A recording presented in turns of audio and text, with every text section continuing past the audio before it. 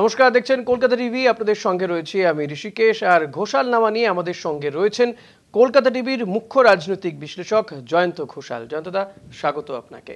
যে বিষয় নিয়ে আমরা আলোচনা করব এই পর্বে, আমরা নিঃসন্দেহে জানতে চাইব যে আমরা জানি যে ইডি গ্রেপ্তার করেছে ছত্তিশগড়ের প্রাক্তন কংগ্রেসি মুখ্যমন্ত্রী ভূপেশ বাঘেলের ছেলেকে, চৈতন্য বাঘেলকে, এবং লিকার স্ক্যাম তার বিরুদ্ধে অভিযোগ রয়েছে, আবগারি দুর্নীতি প্রায় 2000 কোটি টাকারও বেশি অভিযোগ, এবং এক্ষেত্রে যেটা ভূপেশ বাঘেল বলছেন যেটা রাজনৈতিক প্রতিহিংসা মাত্র, আর কিছুই নয়।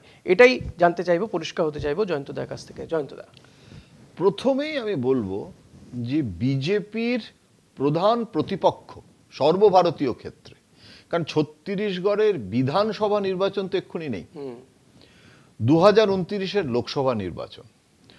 বিজেপির প্রধান প্রতিপক্ষ কিন্তু হচ্ছে এখন এই মুহূর্তে সর্বভারতীয় ক্ষেত্রে কংগ্রেস, রাহুল গান্ধীর কংগ্রেস।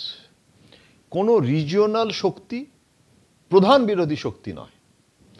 তার ফলে রাহুল গান্ধীর কংগ্রেসকে দুর্বল করা, সংসদের অধিবেশন 21 তারিখ থেকে শুরু হচ্ছে, তার আগে এই ঘটনাটা কংগ্রেসের ভেতরে আমরা সবাই জানি কংগ্রেসের গোষ্ঠীদ্বন্দ্ব, এবং বাঘেল যেরকম আছে, বাঘেলের প্রতিপক্ষ যে কীরকম ছিল, সে তো ছত্তিশগড়ের মুখ্যমন্ত্রীর পদ নিয়ে পুরো 5টা বছর কিরম দড়ি টানাটানি হয়েছে। রাহুল গান্ধীর কাছে দুপক্ষ দরবার করতো, উপমুখ্যমন্ত্রী, প্রধান মুখ্যমন্ত্রী বদল, কারণ রাহুল গান্ধী নিজেই বলেছিল 6 মাস বাদে মুখ্যমন্ত্রী বদল হবে, তারপর সেটা হয়নি।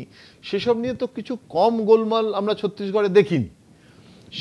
শুধু ছত্তিশগড় নয়, আজকে কিন্তু এই দুর্নীতির ইস্যুতে যদি চার্জশিট হয় বা কিছু এভিডেন্স তৈরি করার চেষ্টা হয় বা থাকে, সেগুলো কংগ্রেসের একটা বড় অংশ আবার বাঘেল বিরোধী হয়ে উঠবে।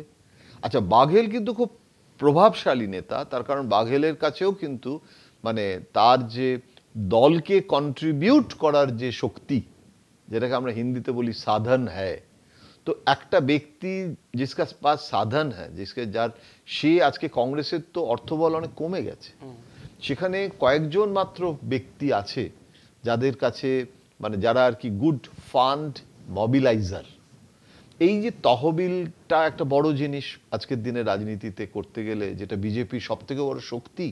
বিজেপির যে অর্থবল সেটা তো কারোর কেউ দাঁড়াতে পারে না।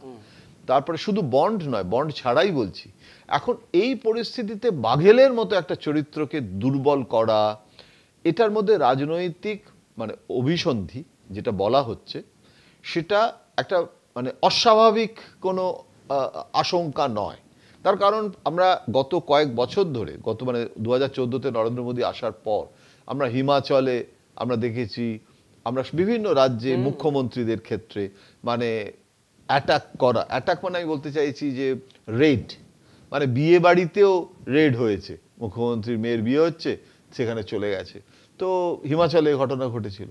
এখন এই রকমভাবে এই যে নির্বাচনের আগে আমাদের পশ্চিমবঙ্গেও হয়েছে, নির্বাচনের আগে হঠাৎ বলা নেই কওয়া নেই অভিষেক বন্দ্যোপাধ্যায়ের বাড়িতে ইডি আর এরা হানা দিল, এবং এই যে হানা দেওয়া, এটাতে কিছু মানুষের, কেজরিওয়াল সব থেকে বড় দৃষ্টান্ত, এবং এই লিকার যে কেস, এটা তো দিল্লিরও তো লিকার কেসই হয়েছিল।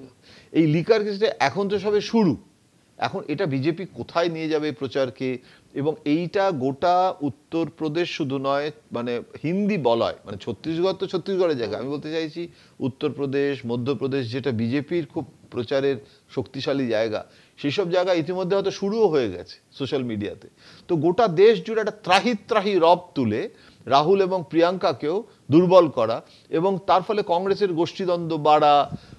যারা অন্য দলে আছে, ইন্ডিয়া জোটের বৈঠক আসছে, কদিন বাদে ইন্ডিয়া জোটের একটা ভার্চুয়াল বৈঠক হবে, যেখানে মমতা বন্দ্যোপাধ্যায়কে যাতে থাকে তার জন্যই ভার্চুয়াল করা হচ্ছে, যাতে মমতা বন্দ্যোপাধ্যায়, তৃণমূল কংগ্রেস, যেহেতু 21 তারিখে এখানে সবাই এখানে ব্যস্ত, এমনকি 21শে জুলাই তো কোনো তৃণমূল সাংসদ থাকবে না বলে জানিয়েই দিয়েছে, সেরকম অবস্থায় যদি তার আগে বৈঠকটা করতে হবে, নইলে পার্লামেন্ট শুরু হয়ে যাবে, জোট বাঁধতে হবে, সেরকম সময় একটা ভার্চুয়াল বৈঠক হবে, আর তার ঠিক আগে টাইমিংটা যে এই ঘটনাটা। সুতরাং আমার কাছে কোনো প্রমাণ নেই, আমি তো বলতে পারবো না যে যেটা অভিযোগ করছেন বাঘেল, আমি সেটা, আমার কাছে যদি প্রমাণ থাকতো তাহলে, আমার কাছে কোনো প্রমাণ নেই, কেননা কি এভিডেন্স আছে কি নেই সেটা আমি জানি না।